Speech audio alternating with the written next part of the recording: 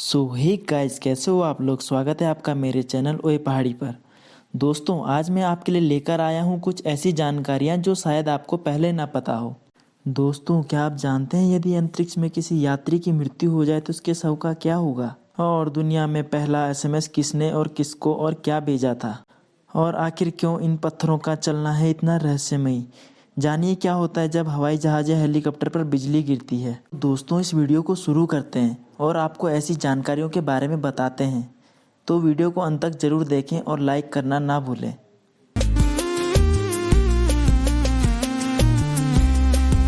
दोस्तों, क्या आप जानते हैं दुनिया में एक ऐसी रहस्यमय घाटी भी है जहां पत्थर अपने आप चलते हैं और इस वजह से वैज्ञानिकों ने कहीं चौंका देने वाली बात बताई है। और हम आपको बताते हैं इस रहस्यमय घटना की पूरी जानकारी।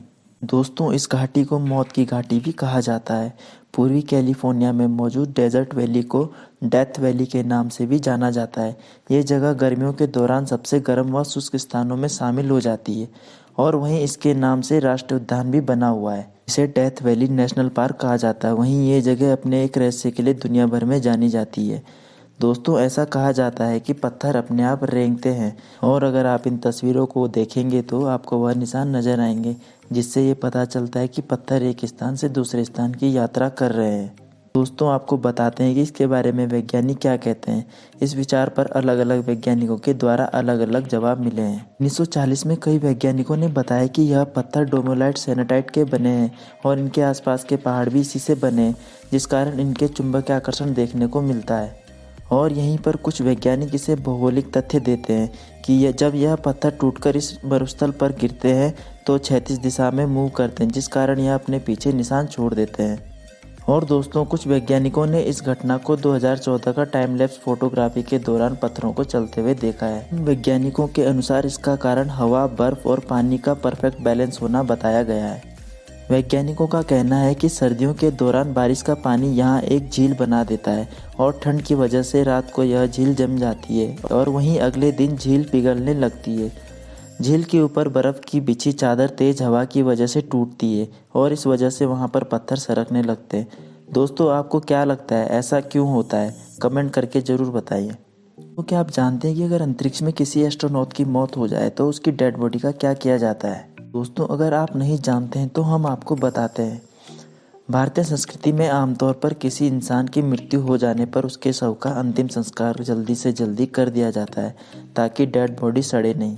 लेकिन क्या आपने कभी सोचा है कि अगर स्पेस में किसी अंतरिक्ष यात्री की मौत हो जाए तो उसके शव का क्या किया जाता होगा? क्योंकि उसके शव को धरती पर तुरंत वापस लाना वैज्ञानिकों के लिए मुमकिन तो नहीं होता होगा। तो इस कंडीशन में स्पेस में शव का क्या किया जाता होगा? दोस्तों, अंतरिक्ष यान में अंतरिक्ष यात्रियों के शव को सुरक्षित रखने के लिए कोई सुविधा नहीं होती है। ना ही शव को अंतरिक्ष में जलाया जा सकता है। इस दौरान एस्ट्रोनॉट के शव को धरती पर लाने के लिए मिशन को अधूरा भी नहीं छोड़ा जा सकता, तो इसलिए शव को अंतरिक्ष में ही छोड़ दिया जाता है। दोस्तों, अंतरिक्ष में जब भी इस तरह की स्थिति बनती है तो शव को एयरलॉक में पैक करके स्पेस में ही छोड़ दिया जाता है। ऐसा करने के बाद डेड बॉडी अंतरिक्ष में ही ठंड के कारण आइस ममी में तब्दील हो जाती है। शव को स्पेस में छोड़ने के बाद अगर वो किसी चीज़ से टकराता नहीं है तो अनिश्चित काल तक स्पेस में ही रह सकता है। अंतरिक्ष वैज्ञानिकों के मुताबिक स्पेस मिशन पर गए यात्रियों के शव को पृथ्वी पर लाने के लिए कई महीने लग सकते हैं, इसलिए उनके शव को नष्ट करने के लिए कई तरीके अपनाए जाते हैं, जिसमें शव को अंतरिक्ष में छोड़ देना और शव को मंगल ग्रह पर दफन करना शामिल है। दोस्तों, वैज्ञानिकों द्वारा डेड बॉडी को सुरक्षित पृथ्वी पर लाने के लिए कई शोध चल रहे हैं। तो आपको यह जानकर हैरानी जरूर होगी कि दुनिया के सबसे पहले टेक्स्ट मैसेज की नीलामी 1.75 करोड़ रुपए में होगी। हाँ दोस्तों, आपको बिल्कुल सही बात सुनने को मिली है। तो दोस्तों, क्या आप जानते हैं कि वह दुनिया का पहले टेक्स्ट मैसेज क्या था और किसने किसको भेजा था? अगर आपको नहीं पता है तो चलिए हम आपको बताते हैं। दोस्तों, एक जमाना था जब लोग एक दूसरे से बात करने के लिए टेक्स्ट मैसेज का सहारा लेते थे और टेक्स्ट मैसेज करने के लिए भी पैसे खर्च करने पड़ते थे। लेकिन धीरे धीरे बदलावों की वजह से अब सब कुछ बदल गया है।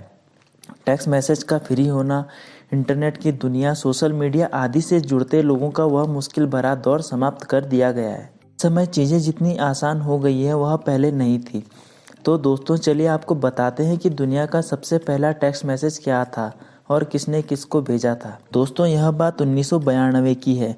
यूके के एक 22 साल के सॉफ्टवेयर प्रोग्राम नील पॉपवर्थ ने एक कंप्यूटर से अपने कॉलेज के दोस्त रिचर्ड जॉर्विस को पहला मैसेज भेजा था। नील उस समय अपने क्लाइंट के लिए बतौर डेवलपर और टेस्ट इंजीनियर के रूप में शॉर्ट मैसेज सर्विस यानी एसएमएस क्रिएट करने के लिए काम कर रहे थे। और दोस्तों वहीं रिचर्ड उस समय कंपनी के डायरेक्टर थे। उनको ये एसएमएस ऑर्बिटल 901 हैंडसेट पर भेजा गया था। ये मैसेज 3 दिसंबर 1992 को भेजा गया था, जिस पर मैरी क्रिसमस लिखा हुआ था। और दोस्तों अब उस मैसेज की नीलामी रखी गई है। उसको पेरिस के एक्टर्स ऑल्स हाउस में नीलामी के लिए रखा गया है, जिसकी कीमत लगभग 1,71,00,000 रुपये रखी गई है। क्यों दोस्तों, है ना काफ़ी इंटरेस्टिंग बात। दोस्तों क्या होता है जब गिरती है हवाई जहाज़ या हेलीकॉप्टर पर बिजली। दोस्तों हाल में ही भारत के पहले defence staff general Bipin Rawat का हेलीकॉप्टर क्रैश में हुई मौत ने पूरे देश के हैरान कर दिया था। दोस्तों आइए जानते हैं कि वास्तव में क्या होता है जब हेलीकॉप्टर पर बिजली गिरती है। दोस्तों वैसे तो दुनिया भर में विमान रोजाना बिजली की चपेट में आते हैं। कमर्शियल सर्विस में एक हवाई जहाज एक साल औसतन एक बार बिजली के झटके से प्रभावित होता है। हालांकि जिस फ्रीक्वेंसी में एक विमान हिट होगा वह कई फैक्टर्स पर निर्भर करता है। अधिकतर विमान एल्युमिनियम के बने होते हैं और एल्युमिनियम करंट का सुचालक होता है। आमतौर पर विमान के उभरे हुए हिस्से पर टकराती है, जैसे कि नाक या पंख की नोक पर, जिस कारण ये विमान की बॉडी के साथ साथ यात्रा करता है और कम से कम प्रतिरोध का रास्ता चुनता है। हालांकि विमान के अंदर ऐसे टूल लगे होते हैं जो बिजली से विमान की और यात्री की रक्षा करता है।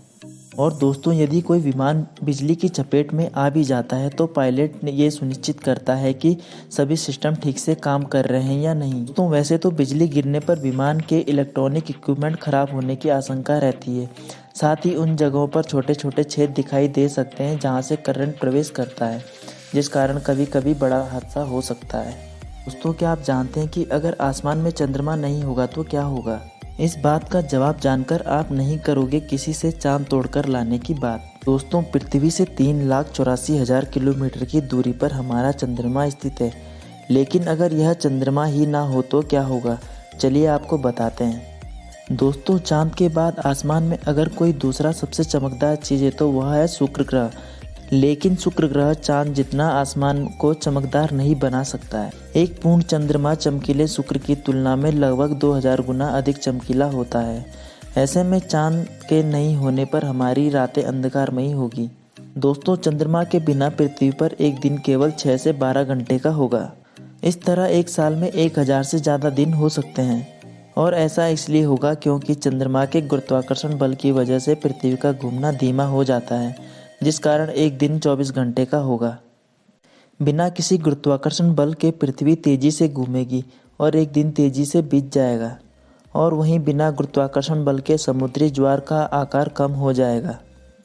दोस्तों चांद के ना होने की वजह से हमें चंद्र ग्रहण व सूर्य ग्रहण दिखाई नहीं देगा, क्योंकि चंद्रमा की अनुपस्थिति में सूरज को ब्लॉक करने वाला कोई वस्तु नहीं होगी, जिस कारण सूर्य ग्रहण नहीं लगेगा। और जबकि बिना चांद के चंद्र ग्रहण हो ही नहीं सकता। दोस्तों चंद्रमा के बिना हमारी पृथ्वी की धुरी का झुकाव समय के साथ बदलता रहेगा और इस वजह से हमें खतरनाक मौसम देखने को मिलेगा। इसलिए दोस्तों चंद्रमा का होना पृथ्वी के लिए बहुत आवश्यक है। दोस्तों आपको मेरे द्वारा यह जानकारी कैसी लगी कमेंट में ज़रूर बताएं और वीडियो को लाइक शेयर करना ना भूलें। और दोस्तों अगर आपने अभी तक मेरे चैनल को सब्सक्राइब नहीं किया है तो चैनल को सब्सक्राइब भी कर दीजिए और अपने दोस्तों के साथ शेयर भी कीजिए। तो चलिए दोस्तों आज के लिए इतना ही, मिलते हैं अगली वीडियो में ओए पहाड़ी चैनल पर। तब तक के लिए जय हिंद।